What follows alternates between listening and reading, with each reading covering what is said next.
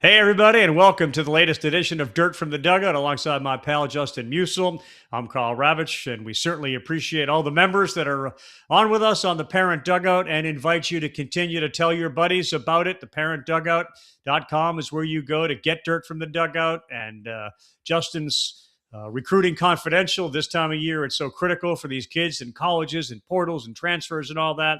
You can ask Justin and I a question. The Parent Dugout is where we want you to go. And we invite you to ask your questions about the Parent Dugout. Send them to info@theparentdugout.com as you can join our growing community today. Become a member of the Parent Dugout. All right, Justin, I want to take us back to 2016, early November 2016. It's when the Chicago Cubs and the then Cleveland Indians were playing in the World Series. It was a great World Series. The Cubs haven't won a World Series in forever, and they are on the cusp of winning this thing. And upsets Rajai Davis in the eighth inning against Aroldis Chapman. Most of us that were there that night think, okay, advantage Chapman. This game is over. It's 8-6, and this is going to be it. The Cubs are going to win the World Series.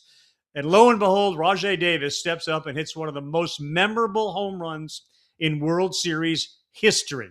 And then I remember the rain delay and sitting in sort of an auxiliary bullpen because the game was over and we start to sneak into a position to get on the field for a post-game baseball tonight in Sports Center. And I'm sitting, honest to God, in this auxiliary bullpen, and the rain starts coming down, and you're like, they're not gonna bang this and move these teams inside. And I'm sitting or standing next to Sarah Langs, who is, of course, our near and dear and ardent baseball fan, stricken with ALS and fighting like hell through that thing and working with us on our baseball shows. And that's a memory I will share with Sarah for the rest of my life. And I know she holds that dear to her heart. They go in, apparently, in this few minutes. Hayward gives this speech. Back come the Cubs. Cubs win the dang game, and they are the World Series champions. But it didn't spoil the moment, I don't think, and certainly the memory for Rajai Davis. You have memories of the that Game Man. 7 that night? Yeah, man. I think when you talk about iconic home runs, it's you kind of go off the top of your head some of the things that happened and where you were, and you kind of remember where you were that night. And I think you have two cities just craving a championship, right? And I think that's what made that so unique was just that swing of like back and forth of two basically curses, right? That you're kind of dealing with that they're trying to get past. So I think it just made it super cool. I'm excited to talk to Rajai about it. Well, with that, let's bring him in. Rajai Davis joins us now on Dirt from the Dugout. We are so delighted to have you. How are you, big fella? Thanks very much for being with us. I'm doing well. Thank you. Thanks for having me. This is going to be exciting. I'm sure you've never been asked about that home run, and I've read all the stories and quotes about it. Do you find yourself having to come up with fresh material in order to address that, or does the moment speak for itself? The moment I'm able to get myself back in that moment, you guys can bring me right back in there anytime. Rajai, I got to share this with you. One time I was at Aaron Boone's house, and we were talking to him, and his wife came over, and we were talking about the, his iconic home run, right? And we were kind of laughing, and his wife was saying, "Hey, are you guys talking about the home run again?" And Booney says something like, "Hey, I should have just a on video here on a TV, just replaying that thing over and over, and I can talk about it all day long." Is that how you feel, man? Oh, absolutely. I mean, how many guys, first off, have gotten an opportunity to be in that moment, to share that with all the fans, with all the people who are baseball fans, people who are not even fans of our teams that were in the World Series, remember the moment. They remember where they were, just like you said. That is something that I get to cherish and share with my family and friends and former baseball players, even the Hall of Famers that I come across, they remember that moment. Many of whom never had that opportunity. Making it so great were the factors of the Cubs, who've not won a World Series in 100 years. The Indians at that point, who hadn't won one in a long time. A Game 7, rarely does a Game 7 live up to what you hope it would live up to. Yours did.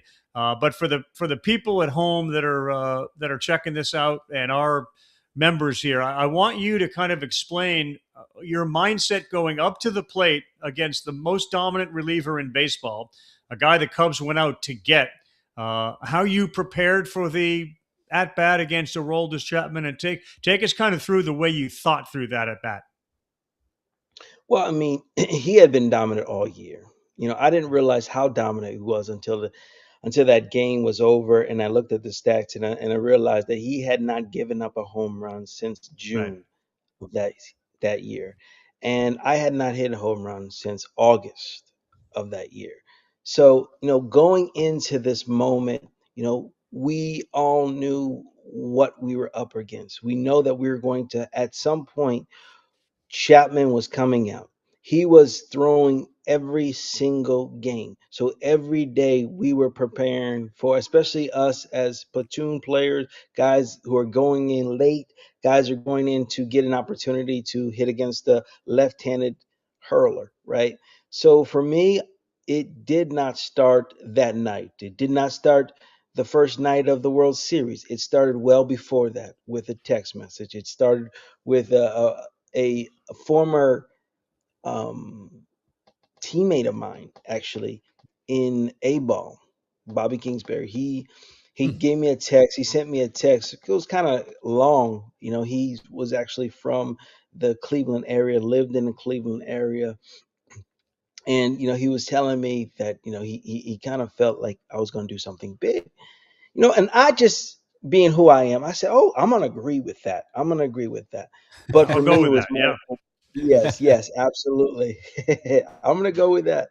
But for me, it was more of a spiritual move than anything else. It was more of a seed that was being planted within me, and I knew all about seeds because I've been planting seeds my whole life. Whether it's my preparation, whether it's my working outside when nobody else is looking, swinging the bat, throwing the ball against the wall, the tennis balls, whatever ball I could find, I'm throwing against the house, throwing against breaking things, breaking windows, breaking houses. It was my thing. I was preparing the entire way. But this was when he sent this text. It just made me think about a moment that I could possibly be a part of in the Interesting. World Series. And I'm going through all these scenarios that would make sense to me, and I could only think of, the really it was the Joe Carter, when I was in Little League, when he Yeah. hit the walk off. That was one of my favorite teams in Toronto. Watching the So Blue you Jays went all the play. way back to 1993. So you were thinking home run. I mean, you actually went up there and said, "I could have my moment. I could tie this game up here with one swing." That was a conscious thought. So my thought when he sent that text was, literally, what can it be that's going to give the largest impact? And I kept rehearsing it over and over and over in my mind every single day, every single moment. And during that time, I would, get facials done, because I like to take care of my body, especially my feet, but my face too, right? So, and there was a spiritual lady that I would go to consistently. We were, but she said something to me that really really hit home for me. And she was a spiritual lady, so she believed God. I believe God. And she said, "Rajay, you never asked God for help." I said, "Hmm, you're right." I was thinking about that. I hadn't done that too often. I was like, because when I started my career, when I was in rookie ball, that's one thing I did every single at bat. Before the at bat, I would have a prayer. I would say, ask God to help me out, use my hands, use my mind, use my body, and I hit 384 in rookie ball in doing that. And then I kind of got away with it, just doing it. And then she just reminded me of the very beginning, my very first love, right? And so for me, it was just waiting for the opportunity. Yeah. And I think it was game 5. I had stole 3 bases in the game. And I believe that was a World Series record at the time. And I was thinking, is that it? Is that the moment? Right. No, that can't be the moment. That's not big enough. That's not loud enough. I There's a don't bigger hear box to anybody. check. That's a small box. I got a bigger Exactly. one to go after. Exactly.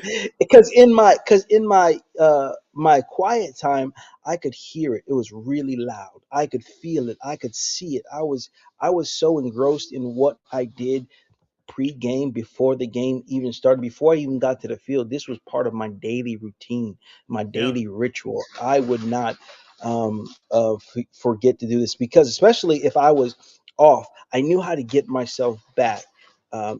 In 2 weeks, I could get myself back to my regular mental state.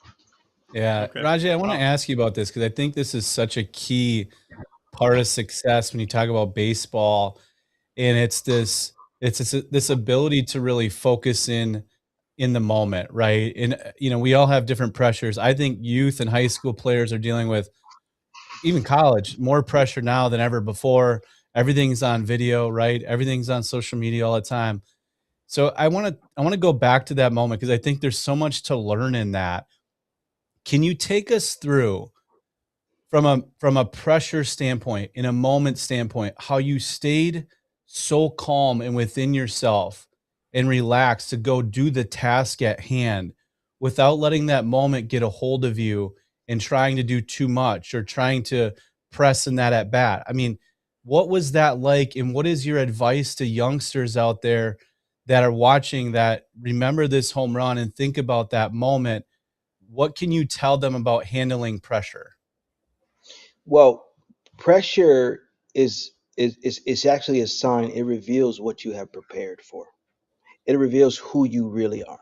That's what pressure does. If you put the work in, pressure reveals that you've put the work in. See, the moment did not surprise me. I was ready for the moment. Hmm. So when the moment came, I recognized this is it. This is what I've been prepared Yeah. for. Yeah. So I went through the pressure beforehand. I saw the guys on base. I saw that ahead of time. So when I got there, I said, "Oh, this is it." And so when I look back, in order for me to get into the present, right, that's where the breath comes in, right? That's one thing that sometimes you don't see the kids do, right? Some kids do it. They'll take a deep breath, Yeah. right? Now that just brings them back into reality. That brings them back to here and now. And for me, that was calming myself down. You want to be a calm, dangerous hitter, right? And I think when I have noticed, just paying attention to myself, is what makes me most dangerous. It's when I'm calm. If my mind is racing, if I'm thinking too many thoughts, if I have uh, uh, two, three things I want to do at the plate, that is not a win-win for me. I like that, But man. here's Yeah. another thing. Here's Yep. part of the preparation: knowing what the pitcher is going to do. I knew exactly what he wanted to do. This is my third at bat against him. He had thrown fastball after fastball after fastball. My first at bat in that World Series, three pitches, three fastballs, strikeout. My second at bat, six fastballs, one hit down the first base line that Rizzo dove. He caught, but he didn't cover. That was a base hit. Now I'm going in with the confidence that I can get a hit at least, because Yeah. I know I've already done it. And I hit that ball hard. I thought it was a double off my bat. I was like, because I was down and away. I was like, that's it. And for me, that's all I needed. I needed that confidence. That the fact that I hit that ball hard, it helped to build more confidence Sure. Yeah. in me. Yeah. So Right. building confidence is part of the process. When you stick with the process, I know that what he's throwing, okay, I'm going to battle. Now, when I go up to the plate, it's me versus you. It's not one versus nine. It's one versus one. It's I love like that, man. basketball for me. Yeah. I'm not playing against nine players. I'm playing against one pitcher. Now, if he got eight other goons out there that are trying to steal my ball, it's fine. It's okay. I'm okay with that. But as long as I get you, I'm gonna get you. Yeah. That's I great, love it, man. Rajay. That's great. So be Yeah. prepared, be in the moment, have great confidence, and make sure Anthony Rizzo's not playing first base. All right, I get all that. That's great. We have good questions here. We want to remind everybody that they can ask questions in the YouTube chat, and please, we're looking for more and more members here at the parentdugout.com. All right, here it is. Rajai, this is wild. It says, if every baseball parent watching tonight could hear one piece of advice from you, and you've already shared a bunch of them, but think about it. If you could share one piece of advice from you to the parents, what would it be? Well, to the parents, it is huge for parents, because a lot of parents think results, Mm-hmm. results, and it's never really about the results, because results fluctuate. Sometimes you get a hit, and sometimes you don't. Sometimes you make the play, and sometimes you won't.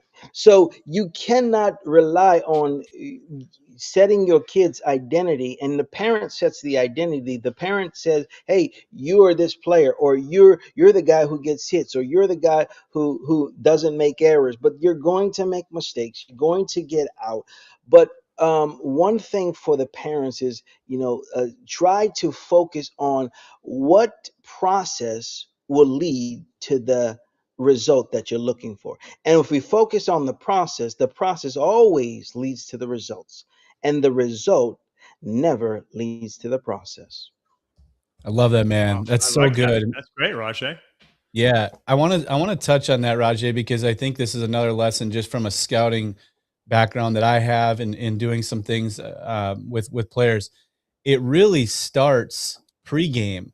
So when you talk about evaluating, anyone that is within baseball that's truly evaluating a player watches the routine, right?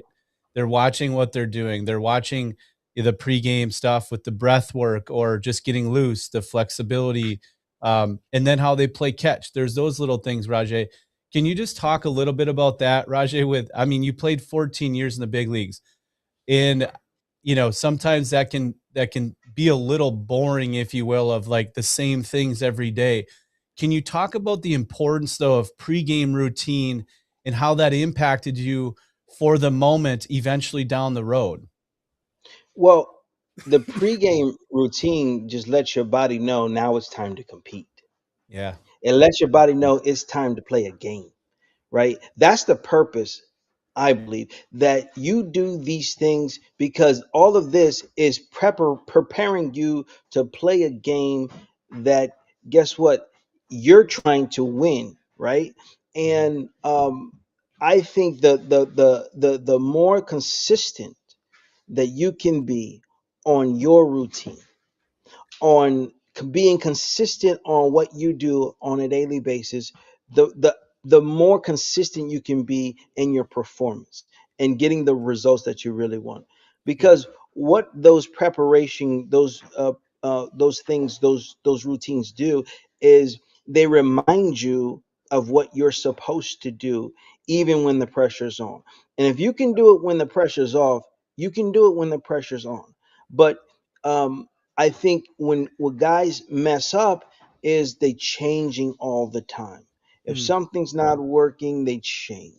If this is not clicking, they change. And now they're unstable. They're not even stable in what they're doing. And so something that might have worked, now they don't know what's working, right? Yeah. So Yeah. it's important, especially if you have a routine that's working, because for me, that is a formula for success. If it's Yeah. working, if 1 + 1 = 2 every time, why would I change it?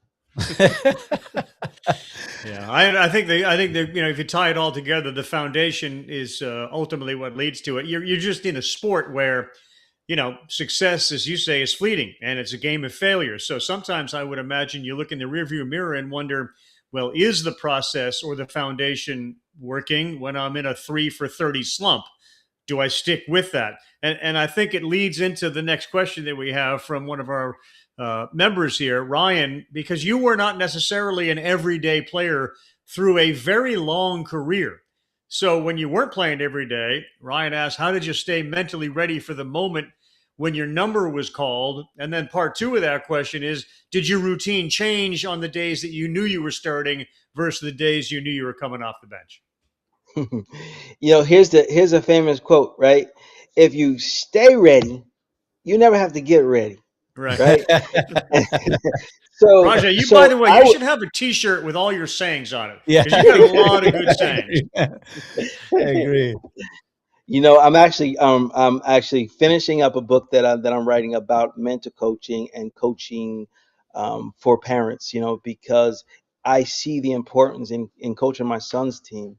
And last night we had a just crazy. Not to get off the subject, but it was crazy. Our starting pitcher gives up six runs, right? And I go out there and I talk to him. I said, have you been doing the routine that we talked about? The entire Yeah. routine. He says to me, no. No, well, guess what we're gonna do? We're gonna go back to 0-0. We're gonna pretend it's a 0-0 game. We're gonna get back to your routine. Your routine is what? Take a deep breath, right? Then you're gonna tell yourself exactly what you're gonna throw. You're gonna throw a low fastball right here, okay? And then you're gonna do it. That is, he goes 1, 2, 3, strikeout. Then he proceeds to give up no more runs and strikes out five other guys. Really. So it's like, just sticking to a routine. So for me, especially when I was not starting, I would act like a starter because in my mind, my identity was I'm a starter. So I'm gonna act like who I believe I am. So I'm doing things that guess what the guys on the bench are not doing. But guess what? When I get in the game, I'm ready because I've been working on stealing my bases. Because whatever you stop doing, you lose. You'll lose it if you stop using it. Love that, 100%. man.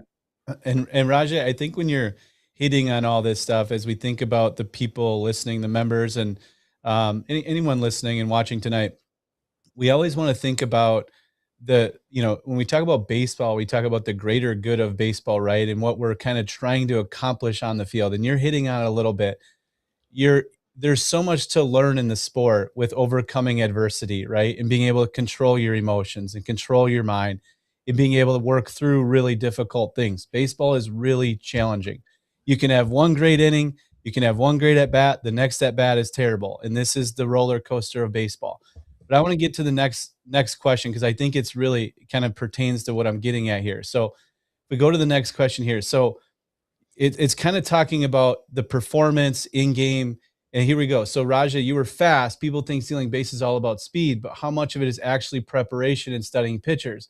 And this is the in-game feel that I'm kind of going at with youth and high school players now in understanding how the game works. Can you just share a little bit more about that? Yeah, stealing bases is more of an art. Because you get in the pro ball, there's a lot of guys who are fast, but not everybody can steal bases, right? Yep. Not everybody has put the work in. Not everybody knows their strength. I knew exactly how much time it took me to get from where I was starting to the next base.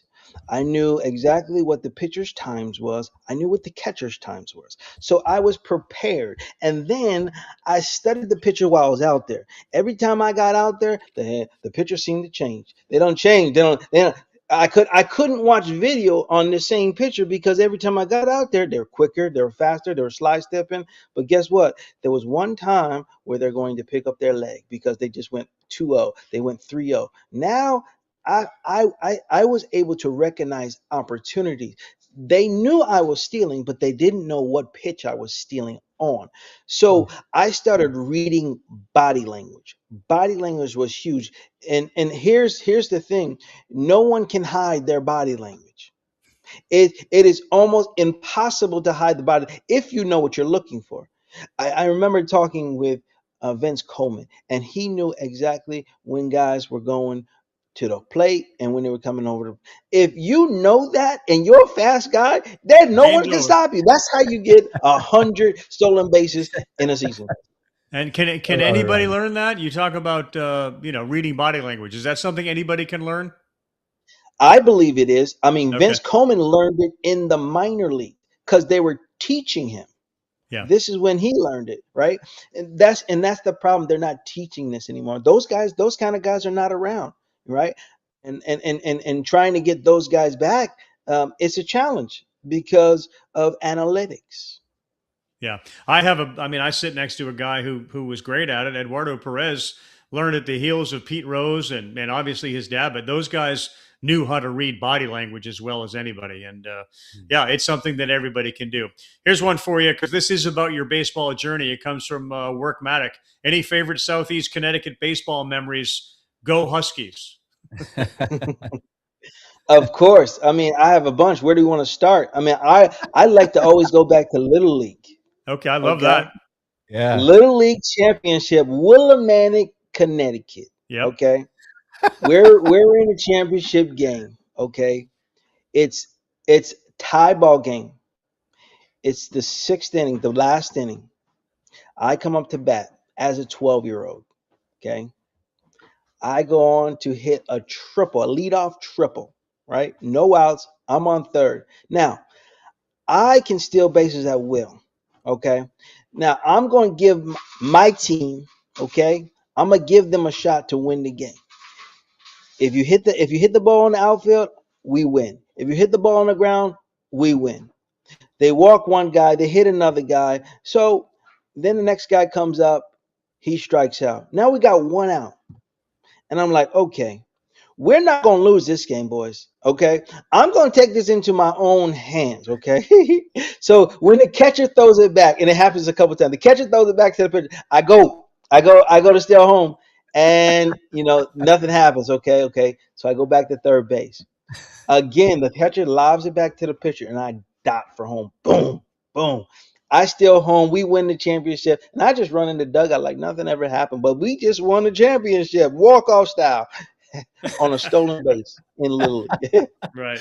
That's funny. Awesome, That's man. funny. Good. I love that. Little League stories are great. And it's good to hear, that you started in Little League and you went through the process, but you didn't go to a Power 4 or Power 5 school, right? You were at Avery Point in Connecticut, which is a unique part of your journey. Well, I think the most important part was I was still developing, and I was going to a coach who was going to develop me as a player to get to the next level. He had several guys that were getting drafted out of that level. Yeah. There was every year there was a guy being drafted out of Avery Point, leading up to the year I got there, and then after the years after I left. And so every year the scouts were around. And so if you just show up, you never know what can happen when the scout sees you. Because if you have the skills and the talent and the gifts, or the tools that they're looking for, and you perform, man, anything can happen. And I always kept that in the back of my mind. They were coming for one guy, but they saw me. I love it, Rajai. I want to actually bring the next question here from Dom, actually, in regards to coaches. So you were bringing up the development and the coaches there. What made certain coaches earn your trust immediately? What were some of the things that you did to earn that trust? As a coach, or how did you sort of instill, the trust in you? Like, what do you do as a player? What are these kids bringing to the team where the coach can say, I trust that guy. He's not going to hurt me. Big situation, any situation. I think just the consistency. If a player is consistent at what he is doing, right? You know who's showing up, right? One day they're up here, the next day they're down here, and next day they're hey, can we just have the same guy that went 4 for 4 the other day? Can we bring him back? I just want him. Just come back and be the same guy every day. Well, I mean, I think to the other part of that, having just come from the College World Series, and I know Justin speaks to every major college coach in the country. What they also want are consistent people, meaning, don't show up to the ballpark way up here one day and then way down here the next. And look, we are people. We have good days and bad days. But I do think that one of the common threads that we heard in Omaha where this dude is the same every day, no matter the result. He's process driven, but he doesn't get too high or too low. Yeah, I think that is huge. That is huge. Just knowing, because I was a high energy guy. So, but you got that every day though. I was that guy. You're gonna get him every day, right? And it's the guys where you like, okay, well, do I have to Do I have to be careful because it's like walking on eggshells around this guy? like I don't know what's gonna happen. Who gonna show up or what's gonna happen with this guy? That's the time where if guys got to be careful around you, because what you're saying or what you might say or what you might do that's a sign. Maybe Yeah. maybe maybe you might not be able to see it because usually the one who has the issue is usually the last one that knows about it. No doubt about Yeah, it. 100%, man. 100%. Here's one for you, because obviously with these, parents, they have kids that play on a variety of teams, etc. You've got to learn to be part of the fabric as opposed to one, that stands out. So Ryan says, in your case, Rajai, at any level, most underrated teammate you ever played with, and the name isn't necessarily important, but what made that teammate so valuable? I'm gonna go with Torrey Hunter for 2000. Sure. Yeah. So Torrey Hunter, I remember watching him really school Robbie Ray, right? So Robbie Ray, he was a rookie. He was coming up with us, and he was giving up home runs, and they were going in this upper deck in at Target Field, and it seemed like, man, they knew what he was throwing before he was throwing it, and so Tori sits him down, and I'm just watching. I did a lot of watching those days. Uh, and Tori says, "Hey, man, I know what you're throwing before you throw it." I said, "If Tori knows what he's doing, man, they probably know too." So he was schooling him on the fact that, guess what? At this level, they watching you, and they watching you very closely. Right. so so if you start doing something that's consistent with that fastball every time, and they know it, they gonna keep their eyes on it. They gonna know what's coming, and they gonna hit it. When big leaguers know what's coming, boy, you better watch out. That's a Oh, great. that's awesome, And man. Justin's a huge Torrey Hunter fan anyway, being from that area. So you nailed that one. You nailed that one. Hey, listen, just a quick sponsor here. I want to know everybody is summertime, time to get out of the house, do something, get some tickets, go to a game, go to a concert. Today's shout out goes to SeatGeek, which of course is our big sponsor. 35 million downloads, Justin. You know that. The number one rated ticketing app. 70,000 events are currently listed on SeatGeek, including concerts and sports and festivals and more. Baseball's in full swing, and that is really where we're focused on now. SeatGeek is MLB's official ticket marketplace. Your tickets are fully guaranteed. I use SeatGeek. Justin uses SeatGeek as well. And of course, I do have a code for you folks at home. You can use code Territory10. Get 10% off your next set of MLB tickets at SeatGeek. So check that out. 10% off your next set of MLB tickets at SeatGeek.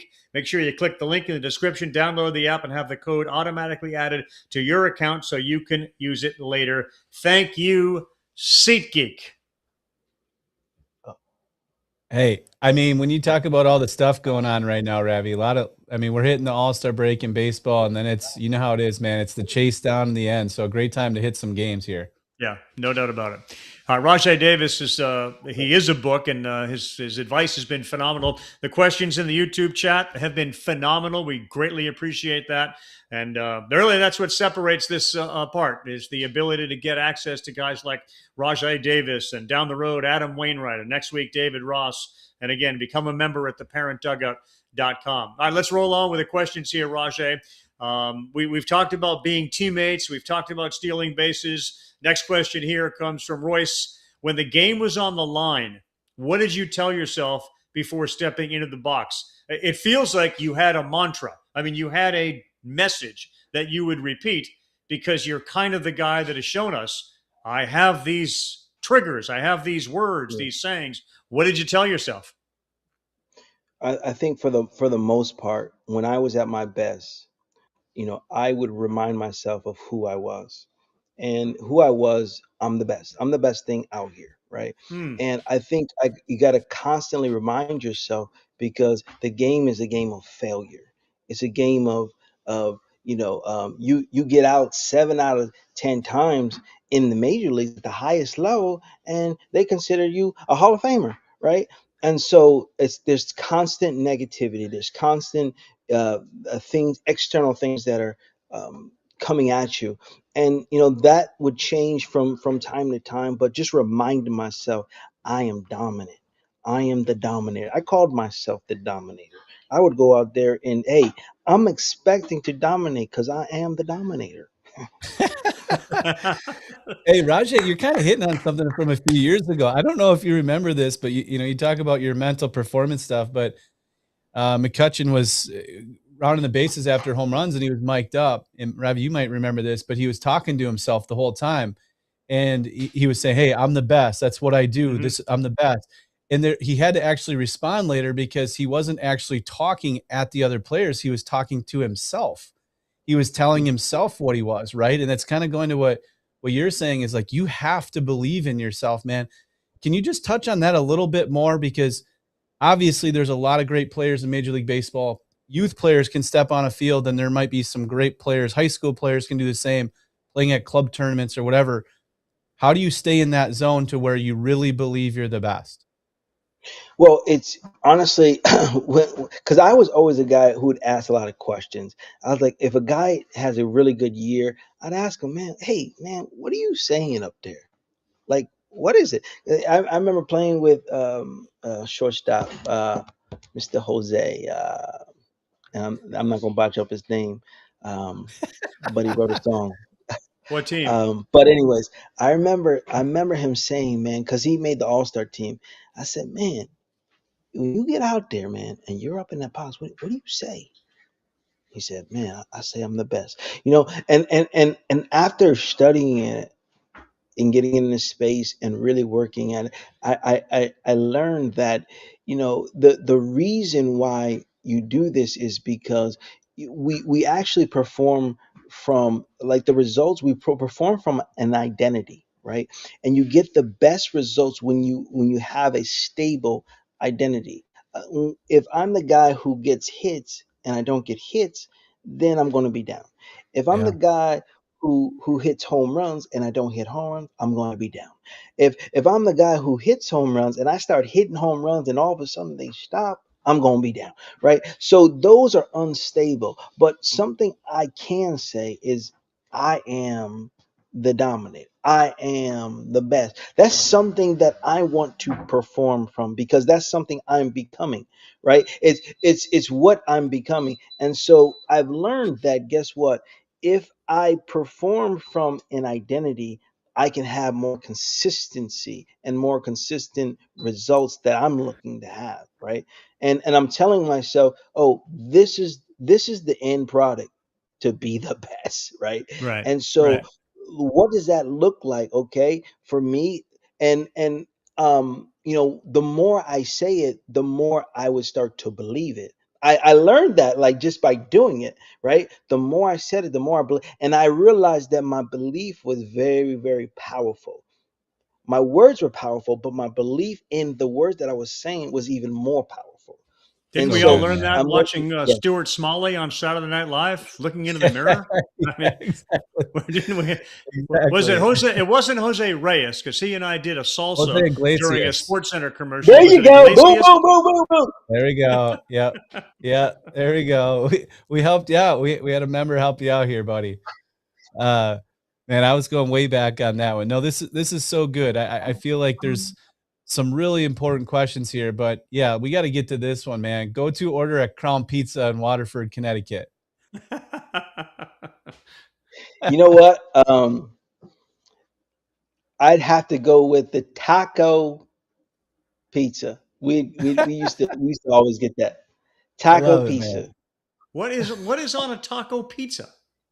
So they would it's been a while since I've had it, but they would get the meat, right? They would melt the cheese on there, and then on top of that, they would put lettuce, tomatoes, and crunchy chips. Yeah.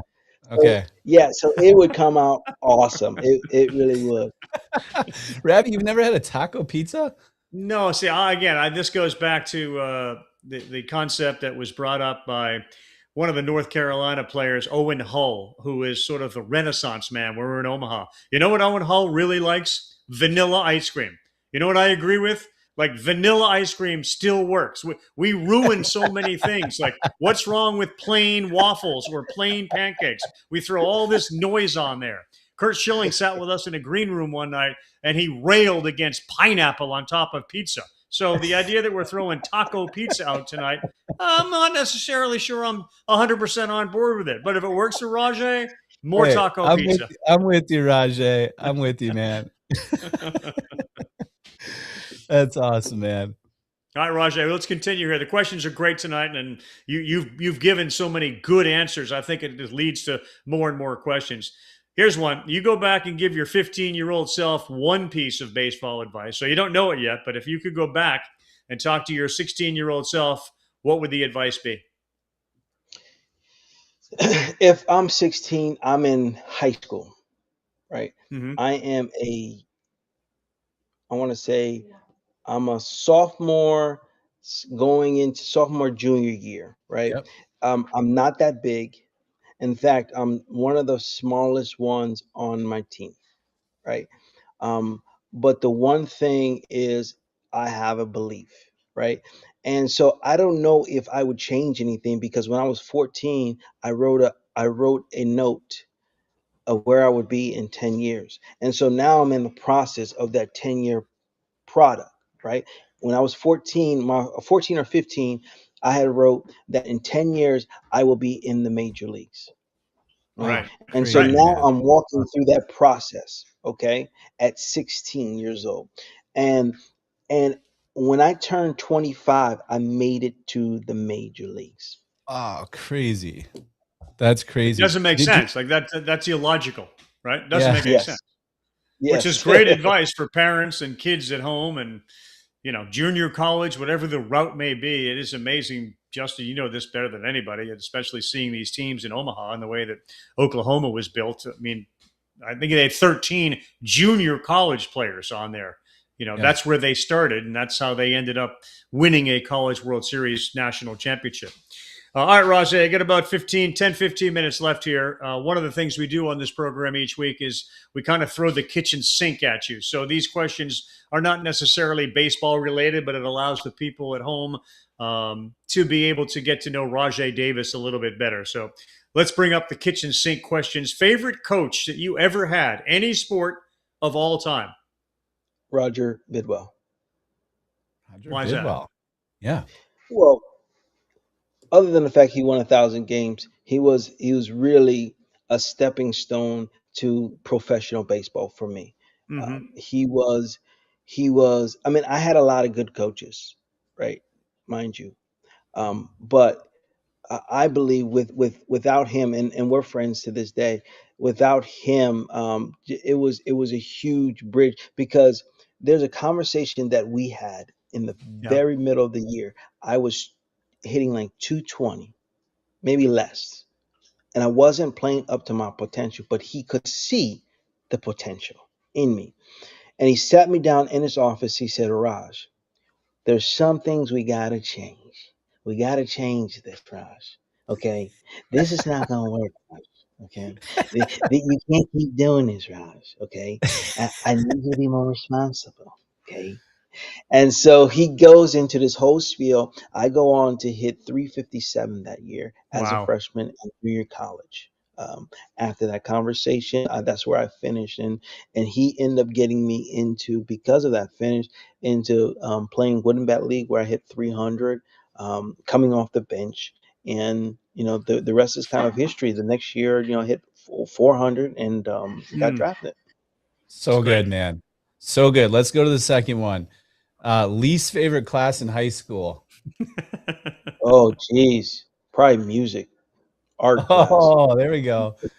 I'm with you on that one, Rajai. Hey, we got a lot in common, Rajai. I once got a D in guitar class. Yeah. I never understood it. I couldn't get the strings. I didn't understand any of it. All right. So music for Rajai. I was terrible. Yeah. Mr. Nardi. Sorry. What was your walk-up song, or what would it be today? My walk-up song was "Jesus" by Kurt Franklin. It was talking about a superstar, because that's what really Mm, hit me. It was because I felt like every time I heard superstar, that's me. yeah, That's me, that's cool. superstar. It's awesome. That's awesome, man. I like that a lot. Let's finish it out here with this one. So, what are you afraid of? Let's give us something that you don't like or you're scared of. I'm afraid of like close quarters, like Okay. just Claustrophobic. like yeah. I don't like close quarters, man. You can handle flying, all right. I you know I overcome my fears, right? So I do my breathing. Like I will breathe through it, right? If it comes to Yeah, that, I will breathe through it and then think about a better place. I love it, man. Rajay, so elevators, like even at a spring training Elevators. facility, if there's 2 floors and you get I'm on the walking, elevator son. and it's I'm delayed, walking, son. I think we're all dead. We're never getting off this. I can't stand being an elevator. I'm walking 7 floors up. No elevators. No. And Yeah, if I got on an I am elevator walking. with you and you're doing this, I'm getting off because something bad's I'm gonna trying. happen. I'm trying. I'm trying to close my eyes, and I'll do it a little slower. Just pray. Just open the door. Just pray. Yes. Just please let the doors open up. All right, That's Justin, get to good, man. MVP with Rajay. Yeah, so Rajay, we ask everybody on the show, man, if you look back and you look at your baseball career, who is your most valuable person? Who's the MVP in your life on your journey? My dad. He's not my biological dad, but he was my dad that really gave me the blueprint of how to make it. Of course, he went 96-0 as a boxer in the Navy. He was Wow. boxing 3 times a week. I mean, he was knocking everything living on that gym. He was knocking it out. And if he hit you and you didn't fall, he's looking around seeing what happened. How'd you stand? How'd you keep standing? But he was doing 10 miles a day before breakfast, 10 miles after breakfast. Then he's going 8 hours in the gym. So I got to see like what that sounds like, what that looks like, the discipline. I wasn't willing to do all that, but I got to see it at least and be Wow. Yeah, exposed to it. that's really cool. That's So really good. cool. Hey, one last one, kind of another one off the beaten path, because in listening to you, I hear a lot of different people in you, and I'm curious, as somebody that has been on ESPN, Rajay, for a long time. Oftentimes, you're walking down the street or through an airport, and somebody would say, "Hey, Reese Davis," or "Hey, Steve Levy." Who do you get mistaken for most? You know what? It's crazy. You just said that. The last few times has been King Griffey Jr. Hey, King Griffey, wait, what? That's a good one, though. Yeah. Hey, man, hey, get that 24 jersey on, Rajay. My son That's a actually good wears one. 24. Rajay, man, I can't thank you enough for stepping up here and doing this. You were exactly what the parent dugout is all about, and certainly a dirt from the dugout. The comments from the people at home, our members, have been outstanding. In fact, the last one said, the content is filling a void. Keep at it. So thank you so much for being such a superstar guest tonight. Absolutely. Yeah, thanks, Rajay.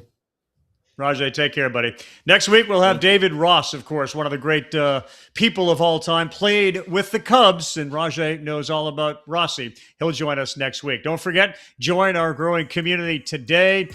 You can be a part of the Parent Dugout. Become a member. Get your dirt from the dugout, the live access, the questions you just all had a chance to ask, and tell your friends. This is where you get direct access to the most important people that either played the game, coached the game, managed the game, recruited in the game, all of it. Join our growing community today, the Parent Dugout. If you have questions, info@theparentdugout.com. Justin, looking forward to talking with you next week with David Ross. Thanks, Ravvy.